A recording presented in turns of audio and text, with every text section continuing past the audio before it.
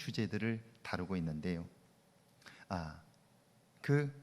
신문이 행복하고 감동이 있는 삶을 살려면 버려야 할 것이 있다, 그런 기사를 보냈습니다. 버리지 않으면 사람은 행복해질 수 없고 감동 있는 삶을 살기가 어렵다 하는 내용의 글이었습니다. 여러분, 무엇을 버려야 사람은 행복할 수 있을까요? 결론부터 말하면 부정적인 생각인데요. 그런데 이런 생각은 잘못된 태도, 삶의 태도로부터 나오는 것입니다. 그러니까 사람은 잘못된 삶의 태도를 바꾸지 않는 한 결코 기쁘고 복된 삶을 살 수 없다, 그런 이야기예요. 여러분, 어떤 것들을 버리고 어떤 삶의 태도를 바꿔야 하는지 여러분 한번 잘 들어보시죠. 첫 번째는요, 끊임없이 자신을 입증하려고 하는 태도예요. 그러니까 다른 사람의 눈에 좋아 보이도록 자기를 자꾸 꾸미는 거예요. 이런 삶의 태도는 버려야 한다 하는 거예요. 목사님들 중에도 제가 가끔 만나보면 이런 분들이 계세요. 명함을 받아보면요, 명함에 무슨 직함이 그렇게 많은지 몰라요. 앞뒤로 빼곡하게 써놨어요. 그걸로 자기 자신을 과시하려고 하는 거죠. 입증하려고 하는 거예요. 제가 미국에 있을 때 한 번은 사무실에서 전화를 받았어요. 제가 여보세요 그랬더니 대뜸 하시는 말씀이 대 뉴욕 지구 교회협의회 회장 누구입니다, 이렇게 얘기를 해요. 전화를 받자마자 내가 누군지 이야기를 하면 당신이 어느 교회에 있으면 어느 교회만 이야기하면 되는데 그건 이야기하지 않고 목사님이라고도 얘기도 하지 않고 대 뉴욕 지구 교회협의회 회장이라고 그렇게 얘기를 하는 거예요. 제가 잘 못 들어서 누구라고요? 그랬더니 대 뉴욕 지구 교회협의회 회장이라고 이렇게 이야기를 하시는 거예요. 여러분, 그게 무슨 대단한 건가요? 그런데 그걸로 자신을 과시하려고 하는 거예요. 이런 사람은 지금 눈에 당장 보이는 것이 중요해요. 그러니까 삶을 보는 시각이 좁을 수밖에 없어요. 사소한 것, 별거 아닌 것에 매달리니까 정말 중요한 것은 놓치게 되는 거예요. 여러분, 가장 중요한 게 뭔가요? 가장 중요한 건요, 지금 내 곁에 있는 사람이고요, 지금 내가 하고 있는 일이에요. 지금이라는 시간이에요. 그런데 이런 사람은요, 그 중요한 것들을 하나도 볼 수 없어요. 그러니까 행복하게 살 수 없는 거죠. 두 번째는 모든 일을 감정적으로 받아들이는 태도예요. 여러분, 말을 잘하는 것보다 더 중요한 것은요, 잘 듣는 거예요. 왜 시험에 드나요? 잘 못 듣기 때문이에요. 그런데 이 태도를 바꾸지 않는 한 우리는 계속해서 시험 받을 수밖에 없는 거예요. 그러니까 잘 듣는 일이 중요하다는 거예요. 제가 학생 시절에 선생님으로부터 들었던 이야기예요. 여러분이 잘 아는 시인 김소월, 그에게는 어릴 적부터 사랑했던 사람이 있었다 그래요. 그 상대방도 소월을 굉장히 사랑했는데요. 공부를 해야 될 시기에 서로 사랑하는 것 때문에 이 소월의 아버지가 하인의 딸이었는데요, 그 집안을 전부 중국으로 보내버렸어요. 둘이 만나지 못하도록 하려고요, 중국으로 보내버렸어요. 그런데 중국으로 건너간 그 자매가 소월을 못 잊어서 국경을 넘어 이 소월이 다니고 있는 배제 학교로 찾아온 거예요. 수의실에 앉아서 면회 신청을 해놓고 나서 기다리는데 저 앞에서 꿈에도 그리던 소월이 나타났습니다. 소월이 이 수의실에 들어가 보니까 자기도 그렇게 그리워하던 그 여인이 앞에 있는 거예요. 너무 반가워서 다시 쳐다보니까, 그런데 이게 웬일입니까? 사랑하는 그 사람이 머리를 올리고 있는 거예요. 머리를 올렸다는 것은 결혼한 여인이라는 표시이지요. 그래서 사실 이 여인은 국경을 넘으면서 결혼한 것처럼 꾸민 거예요. 그런데 그걸 보고 나서 소월이 실망했겠지요. 그래서 이렇게 말해요. 당신도 결혼하셨군요. 그래요. 이 말은, 소홀히 이 말을 한 것은 다른 사람은 다 결혼을 해도 당신은 결혼하지 않고 나를 기다릴 줄 알았는데 당신도 결혼을 했군요. 실망해서 한 말이었어요. 그런데 이 여성은 그 말을 이렇게 받은 거예요. 나도 결혼했는데, 소월도 나도 결혼했는데 당신도 결혼했군요. 이렇게 받은 거예요. 결국 목숨을 걸고 그를 찾아왔는데 그 사랑하는 사람이 결혼했다고 하니까 이건 삶의 의미가 없는 거예요. 그래서 바로 수의시를 박차고 나가서 앞 동산에 가서 목을 맸다는 거죠. 그걸 보고 지은 시가 초혼이라는 시라고 그래요. 산산이 부서진 이름이요, 허공 중에 헤어진 이름이요, 부르다가 내가 죽을 이름이요. 여러분, 말을 잘하는 것 중요하지만 그것보다 더 중요한 건 잘 듣는 거예요. 많은 사람들은 다른 사람의 말을 감정적으로 받아들여요. 그러면 그 말의 본심을 이해하기 어렵다 하는 거예요. 행복할 수 없는 일이죠. 세 번째는 부정적으로 생각하는 태도예요. 똑같은 일을 당해도 부정적으로 생각하고 반응하는 사람들이 있어요. 남편이 늦게 들어오거나 아이들이 늦을 때 불안하지요. 그러나 기도하는 마음으로 여러분 조금 더 기다려 보면 되는데요, 그것을 불안한 마음을 누르지 못해서 그 생각에 사로잡히면 결국 아무 일도 없이 들어와서 기분 좋게 들어오는 남편에게 화를 버럭 내게 돼요. 아이들에게 괜히 야단치게 되잖아요. 부정적인 생각은 삶의 긍정적인 부분을 볼 수 없게 만들어요. 그래서 불행하게 살게 하는 거예요. 네 번째는 본인을 항상 피해자의 입장에 두는 태도예요. 여러분, 우리가 살면서 상처를 준 것이 많을까요? 받은 것이 많을까요? 준 것이 훨씬 많을 거예요. 그런데 어때요? 내가 준 것은 다 잊어버리고 받은 것만 기억해요. 그러니까 이런 사람은요, 내가 피해자라고 생각하는 사람은 인간관계를 적극적으로 하지를 못해요. 그러니까 문제가 생겨도 능동적으로 해결할 수도 없게 되는 거죠. 결국 이런 사람이 하는 말이 뭔 줄 아세요? 그까짓 거 안 보면 그만이지, 이렇게 생각하는 거예요. 그러면 고립되는 거예요. 여러분, 이 세상에 혼자 행복하게 살 수 있는 사람은 없어요. 행복은 함께 더불어 살 때 주어지는 거예요. 결국 이렇게 되면 고립되고 피해의식 속에 살 수밖에 없어 행복한 삶과는 거리가 멀게 되는 거죠.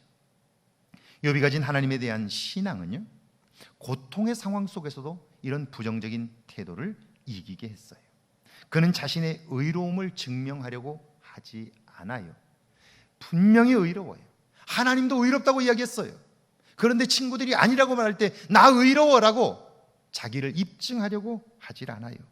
만약 그런 마음이 있었다면 사단은 이렇게 속삭였을 거예요. 너는 잘못한 게 없잖아. 그런데 네가 왜 이렇게 억울한 일을 당하고 있어? 죽음으로라도 증명해. 그랬을 거예요. 여러분, 사단의 이 속삭임은 위로하는 것 같지만 사실은 생명을 파괴하는 거예요. 이 속삭임에 빠져 스스로 목숨을 끊는 사람들이 얼마나 많아요. 그는 감정적으로 반응하지도 않았어요. 만약 분노와 억울함에 자신을 맡겼다면 알지도 못하면서 짓거리는 친구 세 사람, 엘리바스, 빌닷, 소발 같은 사람들에게 욕이라도 아마 퍼부어 주었을 거예요. 그런데 그는 결코 그러지 않아요.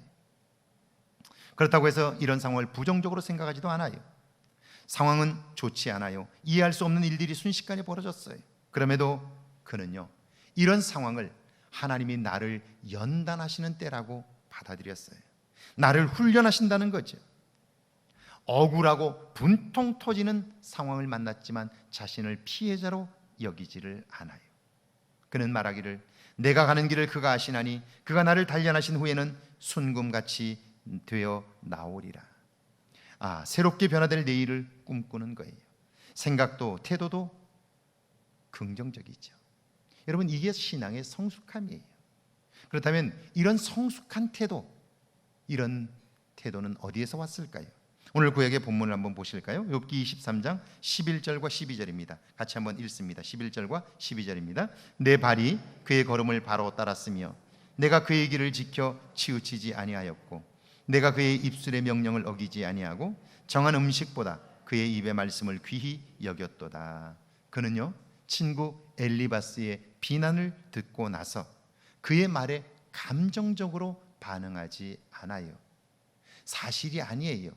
그리고 그 말이 나를 찔러 내가 아파요. 그런데도 감정적으로 반응하지 않아요.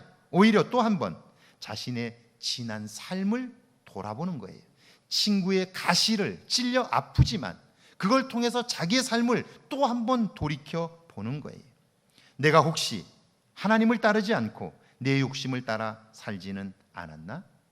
자기 자신에게 솔직히 묻는 거예요. 그런데 아니에요. 그분이 지나간 발자국을 밟으며 지금까지 왔어요. 혹시 내가 하나님과의 시선을 놓치고 여기저기 기웃거리다가 길을 잃지는 않나? 또 생각해 보는 거예요. 아니에요. 나는 한 번도 하나님에게서 멀어진 적이 없어요. 그렇다면 내가 혹시 하나님의 명령을 잊고 살지는 않았나? 혹여라도 하나님을 소홀하게 여기며 살지는 않았나? 또 생각해 보는 거예요. 그런데 아니에요. 지금까지 주님의 말씀대로 살았고요, 하나님의 말씀을 내 삶의 첫째로 두고 살았어요. 그럼에도 왜 하나님은 나를 이렇게 하셨느냐 하는 거예요.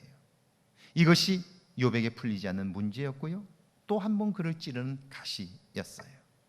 그런데 욥은 이런 상황에서도 또 한 번 놀라운 하나님의 은혜를 발견하게 돼요. 그것이 욥기 23장 13절이에요. 같이 한번 읽어볼까요? 23장 13절입니다. 함께 읽습니다. 그는 뜻이 일정하시니 누가 능히 돌이키랴. 그의 마음에 하고자 하시는 것이면 그것을 행하시나니.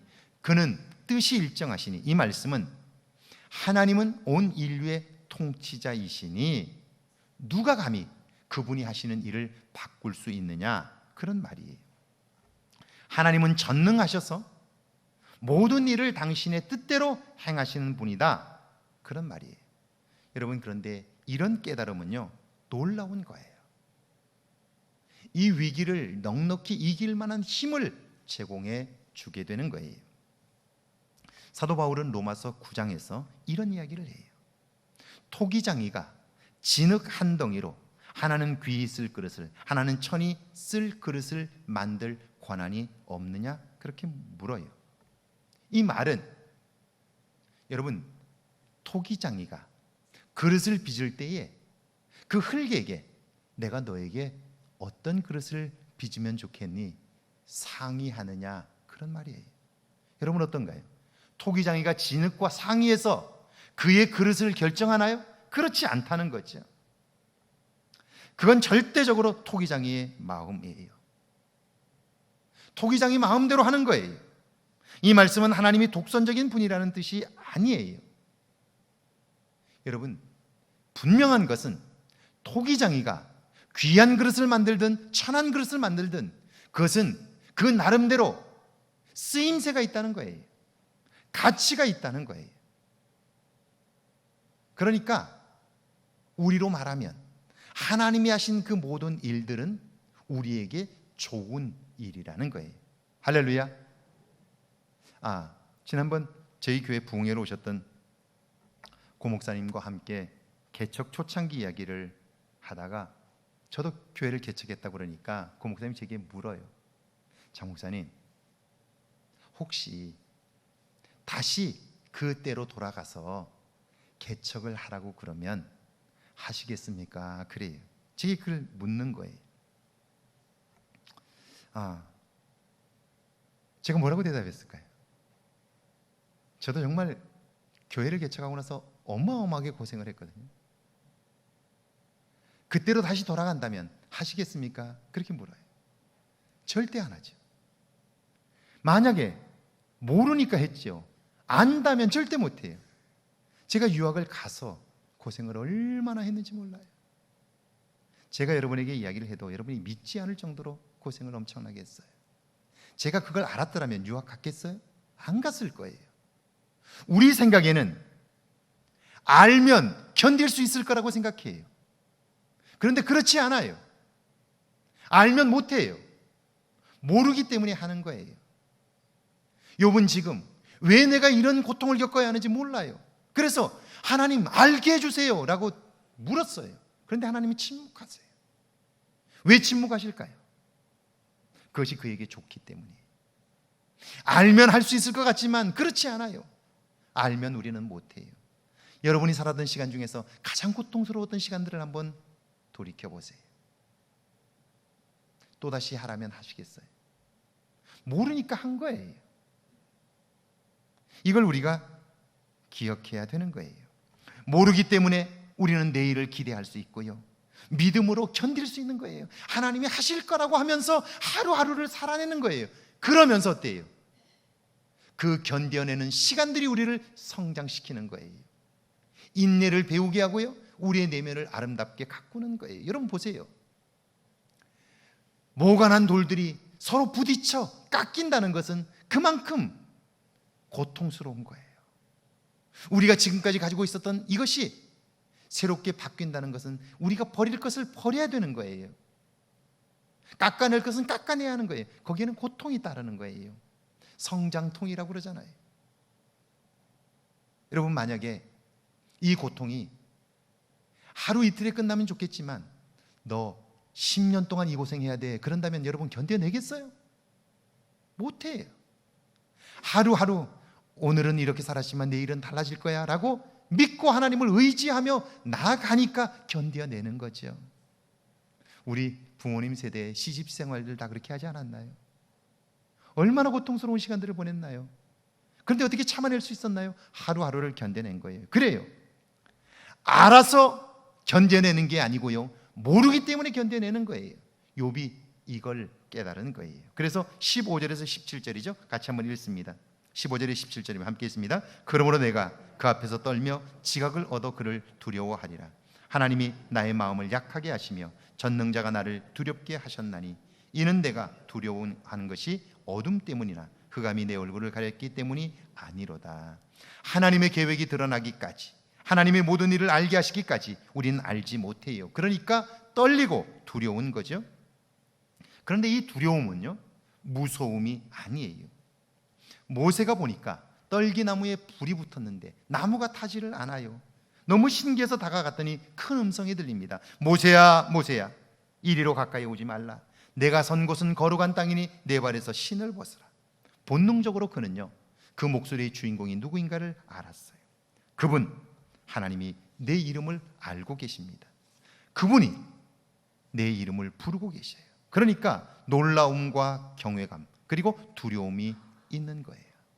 이 두려움은 단순히 무섭다는 감정이 아니에요.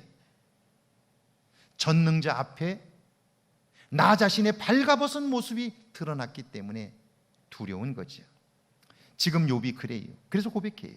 지금 내 안에 있는 두려움은 고통 때문이 아니에요. 삶이 힘들어서가 아니에요. 그럼 뭘까요? 지금 나는 하나님의 은혜를 만 가지로 입었는데, 그런데 그런 그분에게서 내가 멀어질까 봐 그런 두려운 거예요. 지금 내가 고통 때문에 두려운 게 아니에요. 그분이 나를 지금도 붙잡고 계신데 내가 혹시라도 이 일로 인해서 하나님에게서 멀어지면 어쩔까? 그게 두려운 거예요. 여러분, 이게 되지 않으면, 나 중심이 아니라 하나님 중심으로 바뀌지 않으면 우리의 삶에 행복감은 없어요. 삶의 성숙함도 없는 거예요. 그런데 이게 결코 쉽지 않아요. 나 중심에서 하나님 중심으로 바뀌는 삶, 이게 결코 쉽지 않다는 거예요. 오래전 제가 서울에서 목회를 할 때 집사님 한 분이 저를 찾아오셨어요. 남편에게 교회를 나오라고 그렇게 이야기를 해도 듣지를 않는다는 거예요. 이 남편이 술을 하도 많이 먹어서 간이 상하고 건강이 좋지 않다는 거예요. 그러면서 저를 보고 기도해달라고 그래요. 제가 물었어요.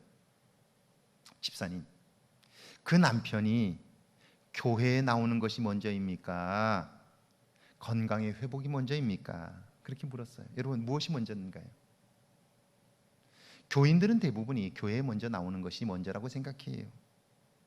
그런데 여러분, 그 남편의 마음에 감동을 주는 이야기는 뭘까요? 당신 교회 나오라는 말과 그 사람의 건강을 생각해 주는 것, 건강을 걱정해 주는 것, 어떤 것이 그 마음을 움직일 수 있을까요? 생각해 보세요. 나 중심으로 생각하면 교회 나오라고 생각해. 그런데 상대방 중심으로 생각하면 뭘까요? 우리는 자꾸 나 중심으로 생각하는 거예요. 그래서 제가 이렇게 제안했어요.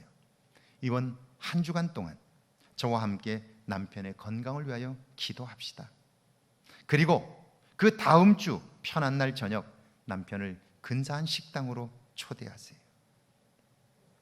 맛있는 음식을 먹고 나서 차 한 잔을 같이 하세요. 그리고 진심을 담아서 이렇게 이야기하세요. 남편에게 이렇게 얘기하라고 제가 가르쳐줬어요. 지금까지 당신 덕분에 우리 가족들이 정말 잘 살았습니다. 식구들 먹여 살리느라 당신이 원치도 않은 술을 그렇게 마셨고 지금 당신의 건강을 해쳤잖아. 나 말고 좋은 사람을 만났더라면 이렇게 되지는 않았을 텐데 정말 미안해. 나는 정말 당신을 사랑해. 당신이 내 인생에 너무 소중해. 지금이라도 늦지 않았으니까 새로운 사람을 만나도 괜찮아. 여러분, 제가 지금 이혼하라는 거예요? 그 얘기 아니에요. 나 중심에서 관심을 상대방 중심으로 옮기는 거예요. 내가 원하는 대로 상대방을 끌고 가려고 하지 말고요. 내가 상대방의 필요를 채워주려고 하는 거예요.